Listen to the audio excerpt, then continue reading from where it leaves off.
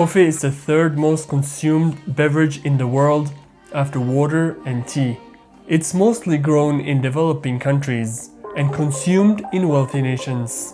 Coffee farming is only the first step in a long value chain which is required to get the coffee in the hands of consumers. Processing and roasting is also needed to make the coffee drinkable for people. The whole continent of Africa exports 1 million tons of coffee each year. You may be thinking that African countries are filling up their pockets with the money from all that coffee. However, the value of the coffee that the entire continent of Africa exports in a year is $1.5 billion. When you compare that to Kylie Jenner's cosmetics company, which is valued at $1.2 billion, it really doesn't seem like a lot.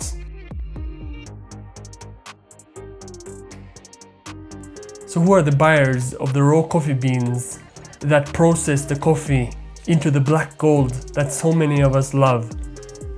The company that processes and sells the most amount of coffee in the world is the Swiss consumer goods company Nestle.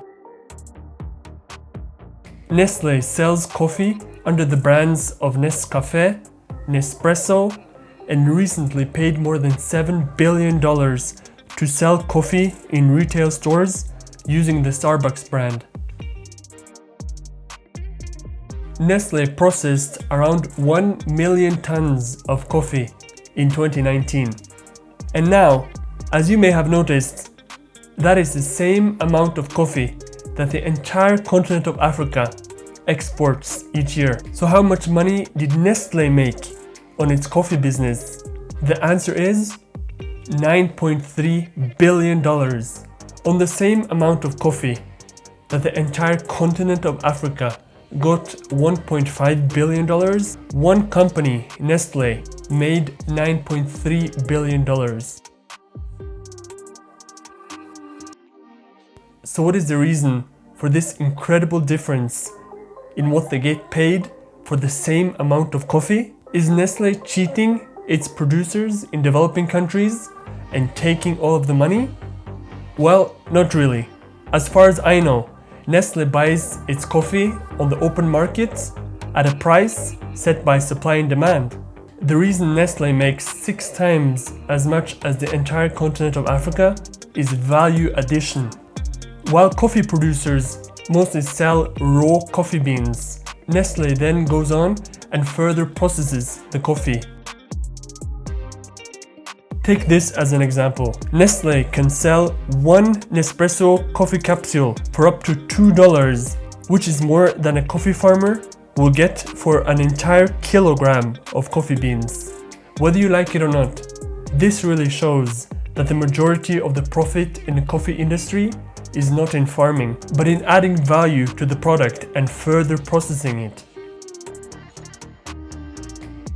Can we blame anybody else for Rwanda importing coffee from Europe when we produce coffee, but we don't process it? The UK, France, Germany, wherever, you don't grow coffee. You don't grow tea. But why do we have to transport our coffee, our tea to Europe? You give it some blessing and then send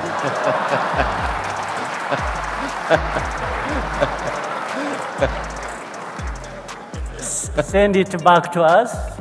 We pay 10 times more for. I mean, it just doesn't make sense. We've been shipping value for free to the other end, and we pay heavily for, I mean, it just doesn't make sense. So, are coffee producing countries leaving money on the table? Yes, but it's not that easy. Coffee farming is labor intensive, which gives developing countries a competitive advantage because there's a lot of cheap labor available. Coffee processing, however, is capital intensive because you need a lot of capital to invest in machinery and factories and sales and marketing. This part of the value chain is more suitable in developed countries where there is more capital and investors willing to invest, like in Switzerland, where Nestle is located.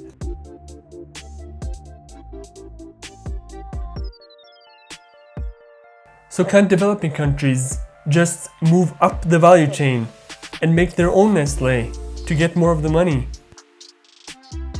Yeah, sure they can. There are many recent examples of countries that used to rely on labor-intensive industries that captured only a small portion of the value chain. But today, they are the homes to some of the world's most advanced industries within manufacturing and technology. Singapore is one such example that went from a poor city-state to becoming a global metropole known for its skyscrapers and high standards of living. So how can developing countries actually go ahead and do this? The truth is, I have no idea. It seems really complicated and there's a lot of factors involved. But I would love to hear your thoughts. Do you have any ideas for how countries can develop themselves and move up the value chain? When will the African Nestle have their products available all over the world? Please let me know in the comments.